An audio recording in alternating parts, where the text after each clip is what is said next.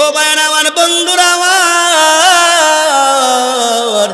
একটা মাইয়া হইয়া সে বুখারী শরীফ পড়তে পারে, একটা মেয়ে ভাইরা আমার মুসলিম শরীফ পড়তে পারে, একটা মহিলা ভাইরা আমার আবু দাউদ শরীফ পড়তে পারে, একটা মহিলা নাসাই শরীফ পড়তে পারে, একটা মহিলা তিরমিজি শরীফ পড়তে পারে। আল্লাহ নবী বলেন, কাহার ঘর যদি একখানা তিরমিজি শরীফ থাকে, সে ঘরের ভিতরে যেন স্বয়ং নবীজি রয়েছে। ও ভাইরা আমার, বন্ধুরা আমার, একজন আলেম একজন আলেমা তাদের মর্যাদা কত। একজন সাধারণ নবীদের তার মর্যাদা হলো তেমনি ভাবে, যেমনি ভাবে সর্দি রাতে চাননি সমস্ত তারাগুলির মধ্যে যেমন মর্যাদাশী। এরপরে হাদিসে এক সাহাবী আল্লাহ রাসূলকে প্রশ্ন করলেন, ইয়া রাসূলুল্লাহ, ইয়া হাবিবাল্লাহ গো,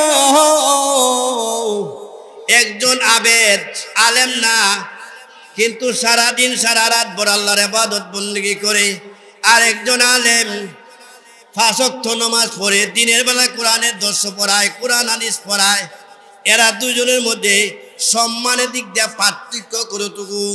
তখন দয়াল নবী আমার বলে, গো সাহাবী,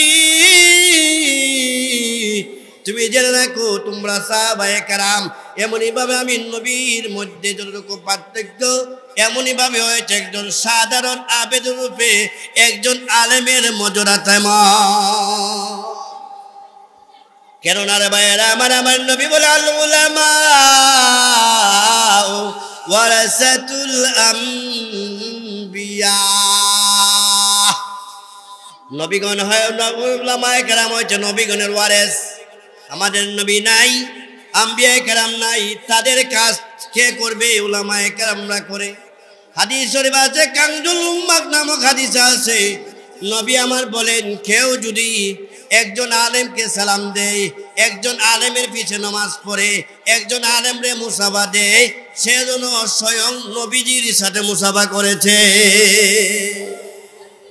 অপর হাদিস আছে, আল্লাহর নবী বিশ্ব নবী রাহমাতুল লিল আলামিন বলেন, কেউ যদি নিজের ব্যক্তিগত কারণে একজন আলেমকে গালি দেয়, একজন আলেমের সমালোচনা করে, সেজন্য স্বয়ং নবীজিকে গালি দিয়েছে, সেজন্য স্বয়ং নবীজির সমালোচনা করেছে।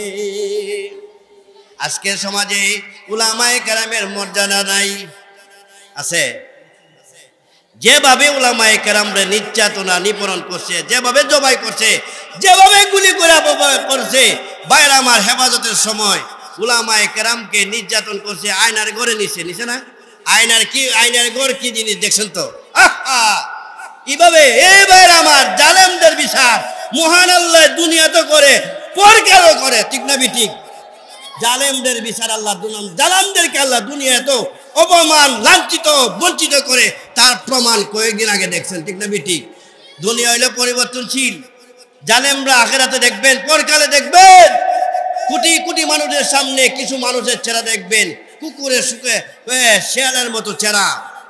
হাদিস আছে, আল্লাহ রাসূল বলেন, আল-জুলুমু জুলুমাতু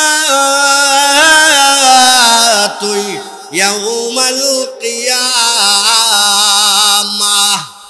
নবী আমার বলেন, জালেমরা কাল হাসরের ময়দানে বাইরে আমার গার অন্ধকার অবস্থায় ধারণ করবে, গার শুকরের চেহারা হয়ে যাবে।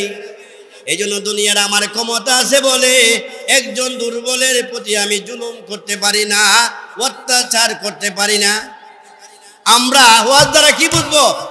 জুলুম করব না ছাড়বো? কথা শোনা, আমরা জুলুম করব না ছাড়বো? জালেমদের পরিণাম কি হয় দেখছেন তো? ইজ্জতের মালিক কে? বেইজ্জতের মালিক উলামায়ে কেরামরা বেইজ্জতি করেছিল, মহান আল্লাহ এখন বেইজ্জতি করতেছেনি। ওয়া তু'ইজ্জু মান তাশাউ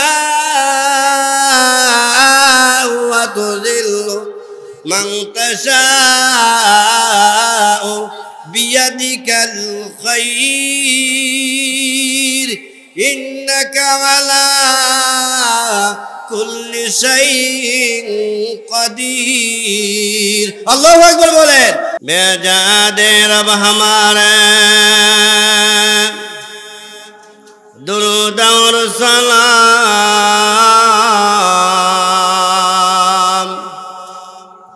बरगज़ीदा नबी पर अपने मुदाम।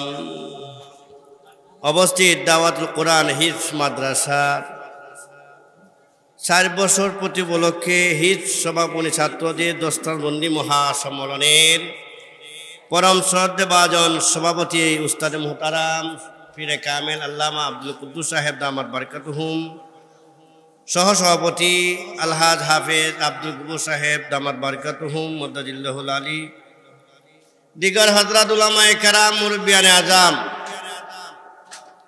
আমরা সর্বপ্রথমে মহান রব্বুল আলামিনের অসংখ্য গণিত শুকর আদায় করেছি যে আল্লাহ পাক রব্বুল আলামিন আপনি আমাদেরকে আজকে ফাজরের ভিতরে কোরআনের একটি বাগান, নবীর একটি বাগান, আজকে সেখানে হওয়ার বদলতে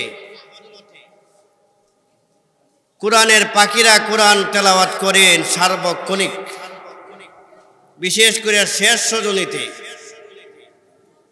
এই কোরআনের পাখিরা কোরআন তেলাওয়াত করেন।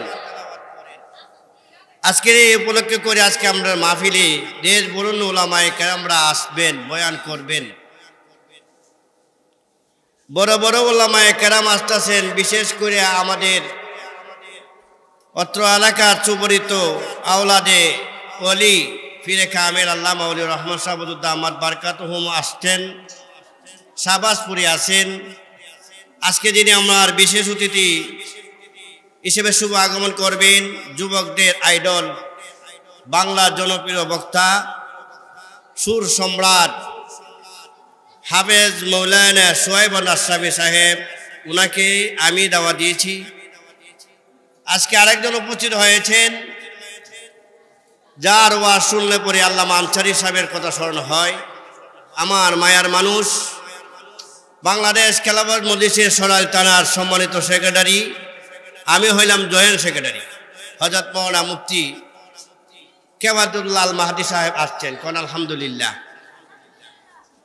মাহফিল আসছে, বড় বড় উলামায়ে কেরামরা আসছেন, মিডিয়াও অনেক আসছে, ঠিক না ভাইরা আমার? আমরা সে কোরআনের মজলিস করতে পারতেছি, দীর্ঘ 17টা বছর কোরআনের মজলিস করতেও ভয় লাগছে, ঠিক না ঠিক? কোরআনের মজলিসে বাধা আসছে। জায়গায় জায়গায় কিছু পার্টি নেতারা ছিল যারা কোরআনের মজলিসে উলামায়ে কেরামকে বেইজ্জত করেছে, ঠিক না ঠিক? আজ আমরা স্বাধীন হয়েছি, আমরা আজকে মুখ খুলে কথা বলতে পারবো। উলামায়ে কেরামের মুখের মধ্যে বিয়ে তালা দিয়েছিল, যার দরুন কোরআন হাদিসের কথা বলতে পারি নাই। কোরআনের কথা বললে, হক কথা বললেই বলছে জঙ্গিবাদ, ঠিক না ঠিক? সরকারের বিরুদ্ধে কথা বললে বলছে রাজাকার, ঠিক না ঠিক? আজকে আমাদের দেশ স্বাধীন, কিন্তু কথা হলো এই ইসলামের বিরুদ্ধে যে দলে কথা বলবে তার দ্বারা প্রমাণ হয়ে গেল সেই বাংলার জমিনে কেউ টিকতে পারছে না এবং পারবেও না, ঠিক না ঠিক? ভাই আমার, এই দেশ মুসলমানদের দেশ, এই দেশ উলামায়ে কেরামের দেশ, এই দেশ হয়েছে শামসুল হক ফরিদপুরি রহমাতুল্লাহ আলাইহির দেশ, এই দেশ হয়েছে মুফতি আমিনী রহমাতুল্লাহ আলাইহির দেশ, এই দেশ হয়েছে মুফতি নুরুল্লাহ রহমাতুল্লাহ আলাইহির দেশ, এই দেশ হয়েছে ভাইয়ের আমার বড় হুজুর রহমাতুল্লাহ আলাইহির দেশ, এই দেশ হয়েছে শাহজালাল শাহপুরানের দেশ। সেই দেশের ভিতরে নাস্তিকতা দেখে কোরআনের বিরুদ্ধে কথা বলে কেউ টিকতে পারছে না, ভবিষ্যতেও পারবে না ইনশাআল্লাহ। ভাইয়ের আমার, আমি আপনারা সামনে খুতবার পরে একখানা আয়াত তেলাওয়াত করেছি। সেই তেলাওয়াতকৃত আয়াতে মহান রব্বুল আলামিন বলেন, ইন্না নাহনু নাযালনাল যিকরা ওয়া ইন্না লাহু লাহাফিজুন। মহান আল্লাহ বলেন, নিশ্চয় অবশ্যই আমি এই মহাগ্রন্থ আল কোরআনুল কারীম অবতীর্ণ করছি, এই কোরআন হেফাজত এবং সংরক্ষণের দায়িত্ব আমি আল্লাহর। সুবহানাল্লাহ বলেন। এই কথা কেন বললেন? কোরআনের শত্রু অতীত ছিল, ঠিক না ঠিক? বড় বড় বেঈমান কাফেররা কোরআনের বিরোধী করেছেন, নবীর বিরোধিতা করেছেন, এই কোরআন নিয়ে ষড়যন্ত্র করেছেন, এই কোরআনে সন্দেহ সৃষ্টি করার জন্য বলেছেন কিন্তু আমার আল্লাহ শেরেজ করেছেন। এই মহাগ্রন্থ আল কুরআনুল কারীম আল্লাহ নাজিল করেছেন। এই আল্লাহ নাজিলকৃত কিতাব দিয়ে এতে কোনো বিন্দু মাত্র সন্দেহ নাই। এই জন্য কোরআন আল্লাহ বলেন, সূরা বাকারার 2 আয়াত আল্লাহ বলেন, যালিকাল কিতাবু লা রাইবা ফীহ। মহান আল্লাহ বলেন, এই মহাগ্রন্থ আল কুরআনুল কারীমের ভিতরে এই কিতাবে কোনো সন্দেহ নাই। কি নাই? যেই মহাগ্রন্থ আল কুরআনুল কারীম মিন ইনদিল্লাহ, মহান আল্লাহর পক্ষ থেকে নাজিল হয়েছে, এতে বিন্দুমাত্র সন্দেহ নাই। এর দ্বারা প্রমাণিত হয় কোরআন নাজিল হয়েছে। আমরা এই আয়াতটা বোঝার আগে একটা জিনিস বুঝবো, যে কোরআন নাজিল হয়েছে, কোরআন ছিল কোথায়, কোরআনের বাড়ি কোথায়। কোরআনের অন্য আয়াত আল্লাহ বলেন, বাল হুয়া কুরআনুম মাজিদুন ফি লাওহিম মাহফুজ। মহান আল্লাহ বলেন, এই মহাগ্রন্থ আল কুরআনুল কারীম সংরক্ষিত ছিল লৌহে মাহফুজে। কোথায়? লৌহে মাহফুজে ছিল। সেখান থেকে একত্রে একসাথে মহান আল্লাহ দুনিয়ার আকাশে, আল্লাহু আকবার, পবিত্র মাহে রমজানে মহান আল্লাহ সেই কোরআনকে নাজিল করেছে। তার দলিল কোরআনে আল্লাহ বলেন, শাহরু রমাদান আল্লাযী উনজিলা ফীহিল কুরআন। আল্লাহু আকবার বলেন। আমার আল্লাহ বলেন, রমজান একটি মাস, এমন একটি মাস যে মাসে মহান রব্বুল আলামিন কালামে পাক নাজিল করেছেন, কোরআন নাজিল করেছেন। কোন মাসে? রমজান মাসে। রমজান মাস দামি কিসের কারণে হলো? সকল মাসের রাজা হলো রমজান মাস। কেন? কোরআন নাজিল হওয়ার কারণে। কোরআন কার কালাম? কালামুল্লাহ, আল্লাহর কালাম। আল্লাহর দাম আসেনি? আল্লাহর কথা দাম আসেনি? আল্লাহ, আল্লাহু আকবার। ও ভাইরা আমার, বন্ধুরা আমার, আমার আল্লাহ পাক রব্বুল আলামিনের কালাম এমন একটি গ্রন্থ ভাইরা আমার, যেই গ্রন্থের সওয়াব যার সঙ্গে লেগে যায় সে দামি হয়ে যায়। সেই গ্রন্থের সওয়াব যদি কি হয় ভাইরা আমার, কাঠের তৈরি রেল বানানো হয়, রেলের ভিতরে যখন কি হয় কোরআন রাখা হয়, সে রেলটাও দামি হয়ে যায়। এই কোরআন যখন গিলাপ দেওয়া হয়, কাপড় দিয়া দিয়ে কাপড়টা দিয়ে গিলাপ দেওয়া হয়, এই গোলাপটাও দামি হয়ে যায়। কোরআনকে যখন মানুষ চুমা দেয়, এই গিলাপটারও চুমা দেয়। ও ভাইরা আমার, এই মহাগ্রন্থ আল কুরআনুল কারীম একমাত্র নাজিল হওয়ার কারণে রমজান মাস দামি হয়ে গেল। এমনি ভাবে এই মহাগ্রন্থ আল কুরআনুল কারীম যারা অন্বেষণ করে, তারা যারা শিক্ষা করে ভাইরা আমার, তারা দাম আসেনি। এজন্য আল্লাহ বলেন, যালিকাল কিতাবু লা রাইবা ফীহ। এই মহাগ্রন্থ আল কুরআনুল কারীম মহান রব্বুল আলামিনের পক্ষ থেকে যে নাজিল হয়েছে, এতে বিন্দু মাত্র সন্দেহ নাই। এই কথা কেন বলা হলো ভাইরা আমার? এই আয়াতে ছোট্ট এখানে শানে নুজুল রয়েছে। কি রয়েছে? শানে নুজুল হলো মালিক নামক শায়েখ একজন ইহুদি, সেই ইহুদি আলেমদের অন্তরে সন্দেহ সৃষ্টি করার লক্ষ্যে বলতেছিল, সে কোরআন তো আল্লাহর প্রদত্ত কোরআন না, নবী মুহাম্মদ রাসূলুল্লাহ মন গড়া বলে, নাউজুবিল্লাহ বলেন। ভাইরা আমার, এই কথা বলার সাথে সাথে মহান আল্লাহ সে আয়াতটা নাজিল করে দিলেন আর বলে দিলেন, এরে বেঈমান কাফের ইহুদিরা, তোমরা যত ষড়যন্ত্র করো না কেন, সেই মহাগ্রন্থ আল কুরআনুল কারীম নিয়া, এই কোরআন যেমন আছে তেমনই থাকবে। তোমরা কোরআনের একটা অক্ষর, একটা নক্তাও পরিবর্তন করতে পারবে না। কবি বলে, আরে চাকে নয়া जामे नया दौर नया है, आई बुझ में जहां सुन मेरा पैगाम नया है। कभी बोले री दुनियार जा किछु देखो ना केन, সবগুলি হয় নিত্য নতুন হয়, পুরাণ নতুন পুরাতন হয়, আবার পুরাতনকে নতুন বানানো হয়। কিন্তু মহান রাব্বুল আলামিনের এমন একটি গ্রন্থ, এমন একটি কিতাব, যে কিতাব কি হয় নাই ভাইয়ের আমার, যেমন আছে তেমনই থাকবে। দুনিয়ার কোনো বেঈমান, দুনিয়ার কোনো নাস্তিক কোরআন ধ্বংস করতে পারে নাই, কোরআনের শিক্ষা বন্ধ করতে পারে নাই। পারবে? কোরআন ধ্বংস করতে পারবে? কোরআনের এমন মর্যাদা রয়েছে মায়ের আমার, কোনো বাড়ি এবং কোনো ঘরের ভিতরে যখন আগুন লেগে যায় সবগুলি পুড়ে ছাই হয়ে যায়, কিন্তু আমার মহান আল্লাহর কোরআন পুড়ে ছাই হয় না। ঠিক না ঠিক?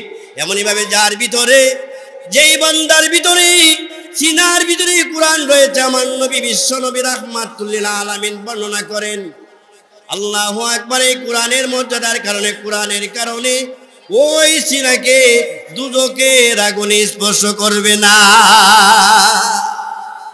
ভাইরা আমার, এখনো সময় আছে, কোরআনওয়ালাকে ভালোবাসেন। কোরআন যারা পড়ে, কোরআনের কারণে তার নাম হয়ে যায় নাইবে রাসূল। কি হয়ে যায়? তার নাম হয়ে যায় আলেম, তার নাম হয়ে যায় তালেবে ইলম। ঠিক না ঠিক? যারা পড়ে তারা হইল তালেবে ইলম। তালেবে ইলম কোরআন হেফজ করার জন্য দীর্ঘ 3 বছর, 4 বছর, 6 বছর একটা বাচ্চা মেহনত করে। আল্লাহু আকবার। ভাইরা আমার, কোরআন হেফজ করে যখন পেলে, এই হাফেজে কোরআন, হাদিস শরীফ আছে, একজন হাফেজে কোরআন কে আল্লাহ পাক রব্বুল আলামিন ফিরিস্তার মাধ্যমে অর্ডার দিবার বলবে, তুমি বেহেশতের ভিতরে প্রবেশ করো আর কোরআনের আয়াত পড়তে থাকো, আর বেহেশতের যত তালা আছে ততই উঠতে থাকো। অর্থাৎ কোরআনের 6066 আয়াত রয়েছে, কোরআনের 6066 আয়াত পড়ে শেষ হবে, তার বেহেশতের তালা শেষ হয়ে যায়। ও ভাইরা আমার, বোনেরা আমার, দিনের কানে যারা শুনুন, অনেক মা বোনেরা অত্যন্ত কষ্ট করে সকালবেলা একটা সন্তানকে হেফজখানায় মক্তবের ভিতরে কোরআন শিক্ষা করার জন্য নিয়ে যায়।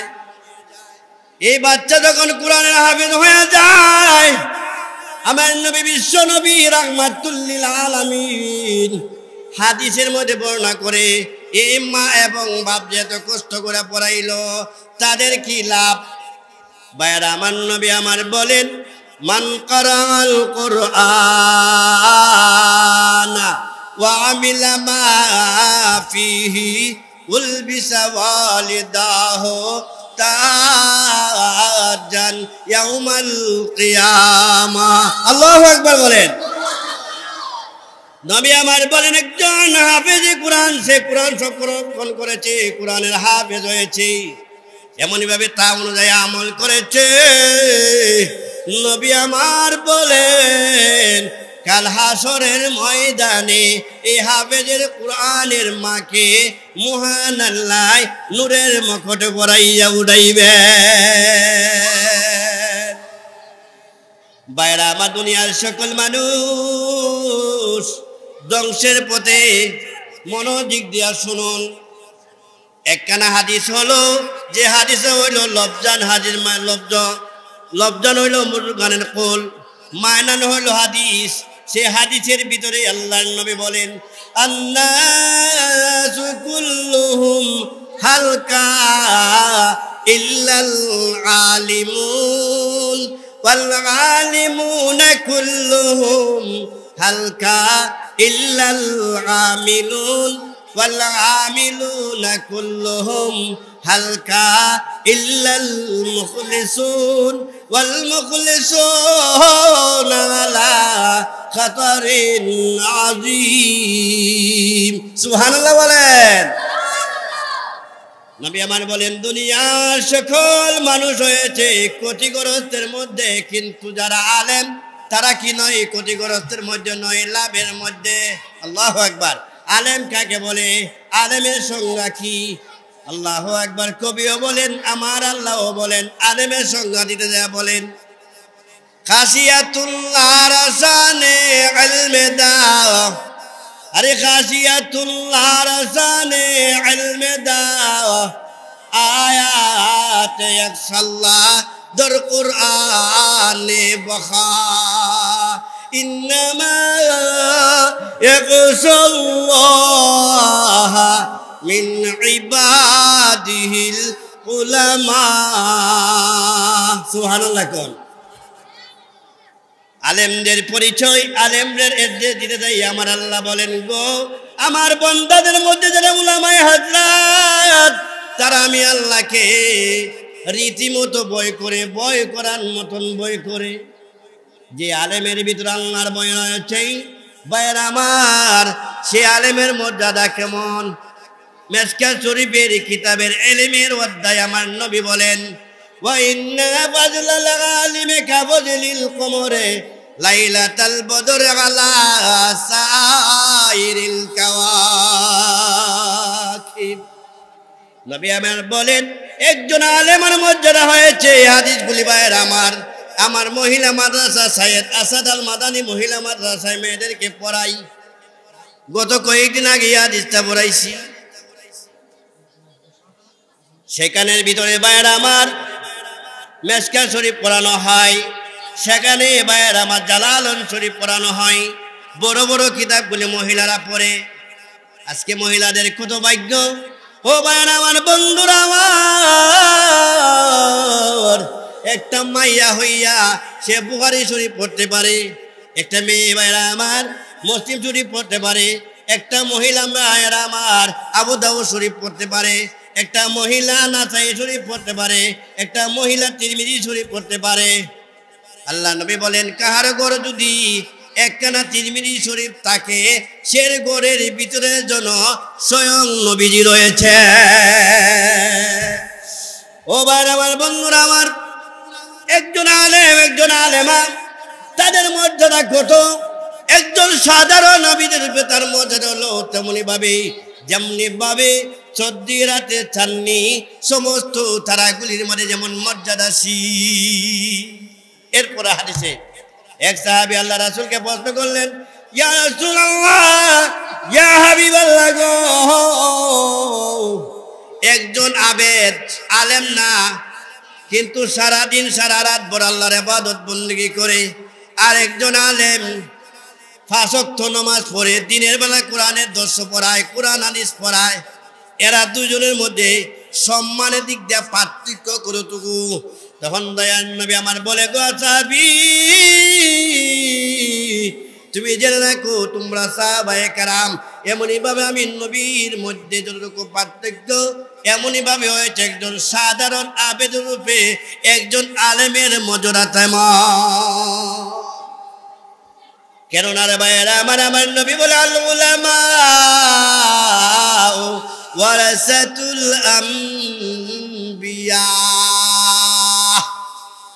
নবীগণ হয়, উলামায়ে কেরাম হচ্ছে নবীগণের ওয়ারেস। আমাদের নবী নাই, আম্বিয়ায়ে কেরাম নাই, তাদের কাজ কে করবে? উলামায়ে কেরামরা করে। হাদিস শরীফ আছে, কানজুল উম্মাহ নামক হাদিস আছে, নবী আমার বলেন, কেউ যদি একজন আলেমকে সালাম দেয়, একজন আলেমের পিছে নামাজ পড়ে, একজন আলেমরে মুসাফা দেয়, সে যেন স্বয়ং নবীজির সাথে মুসাফা করেছে।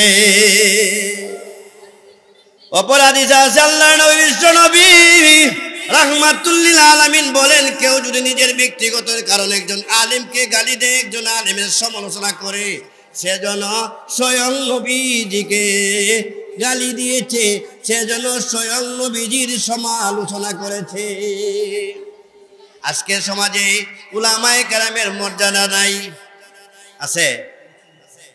যেভাবে উলামায়ে কেরামরে নির্যাতনা নিপীড়ন করছে, যেভাবে জবাই করছে, যেভাবে গুলি করে করছে, ভাইরা আমার, হেফাজতের সময় উলামায়ে কেরামকে নির্যাতন করছে, আয়নার ঘরে নিছে না? আয়নার ঘর কি জিনিস দেখছেন তো? কিভাবে এই ভাইরা আমার জালেমদের বিচার মহান আল্লাহ দুনিয়া তো করে, পরকালও করে, ঠিক না ঠিক? জালেমদের বিচার আল্লাহ, জালেমদেরকে আল্লাহ দুনিয়া তো অপমান, লাঞ্ছিত, বঞ্চিত করে, তার প্রমাণ কয়েকদিন আগে দেখছেন, ঠিক না ঠিক? দুনিয়া হইলে পরিবর্তনশীল।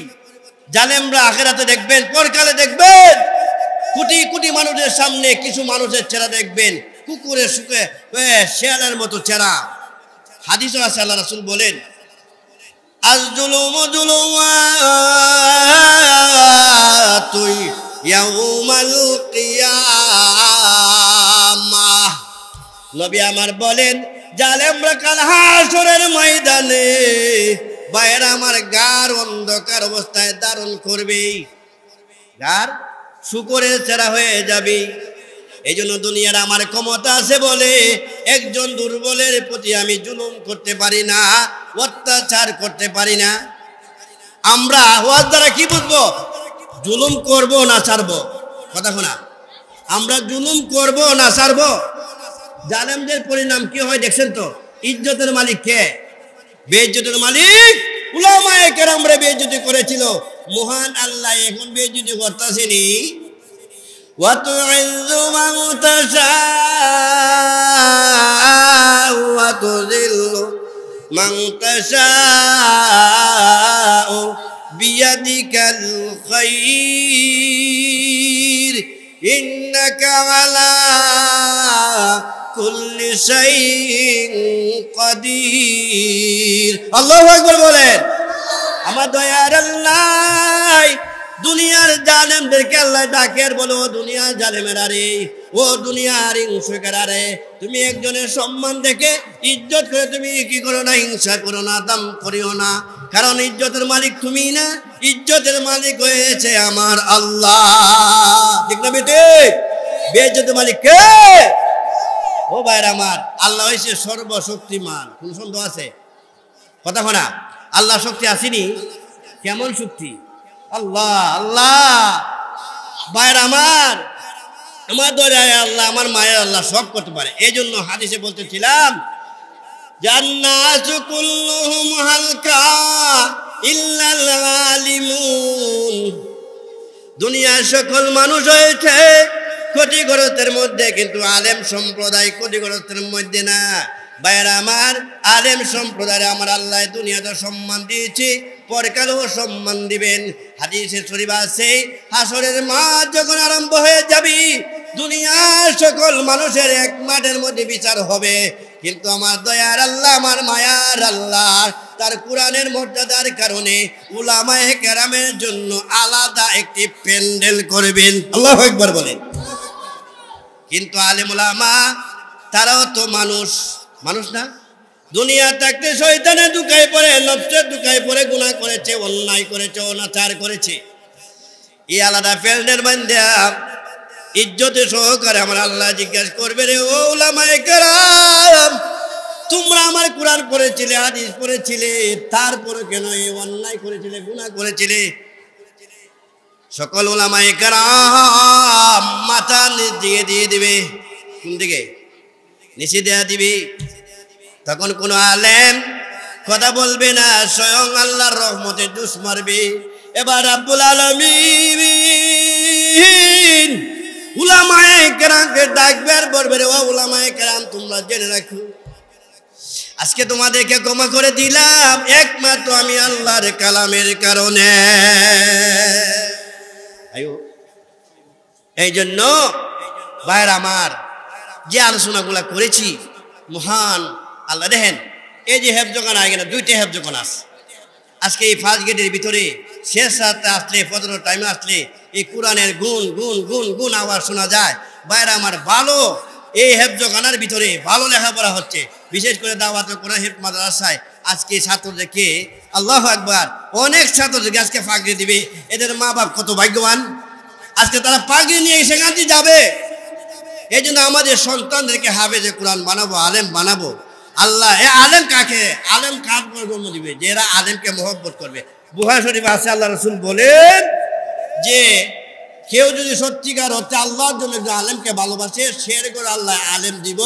তার করে যদি না হয়, তার বংশের ভিতরে মহান আল্লাহ একটা আলেম তৈরি করে দিবেন। সুবহানাল্লাহ বলেন। ওয়া আখির দাওয়ানা আলহামদুলিল্লাহি রাব্বিল আলামিন।